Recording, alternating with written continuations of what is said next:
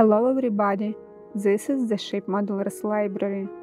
Today I will show you a book about the Sloop of War 1650-1763 by Ian McLaughlan. This is a study of the Royal Navy's small craft. In the age of sail they were built in huge numbers and in far greater variety than the more regulated major warships. In this era they were generally two-masted.